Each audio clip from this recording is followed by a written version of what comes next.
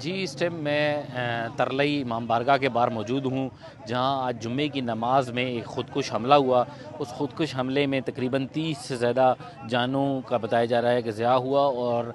तकरीबन 100 से ज़्यादा अफराद ज़ख्मी हुए, जो कि पोली क्लिनिक और इस्लामाबाद मिम्स हॉस्पिटल शिफ्ट कर दिए गए, जिनकी डेड बॉडीज़ और ज़ख्मी अफराद भी शिफ्ट किया गया। बताया जा रहा है कि ये नमाजियों के साथ सफ़ में मौजूद ख़ुदकुश हमलावर, जो कि इनकी सफ़ों में मौजूद था और उसने नमाज की दूसरी रकात के दौरान अपने आप को धमाके से उड़ा लिया। उड़ाने के फ़ौरी बाद जो अवाम में जो खौफ व हरास फैला, जिसके बाद इस्लामाबाद में एमरजेंसी नाफिज कर दी गई है और इस्लामाबाद के मुख्तलिफ़ अस्पतालों में इस टाइम एमरजेंसी नाफिज है। जब दिखाएंगे कि ये सिक्योरिटी इस टाइम मामूर है और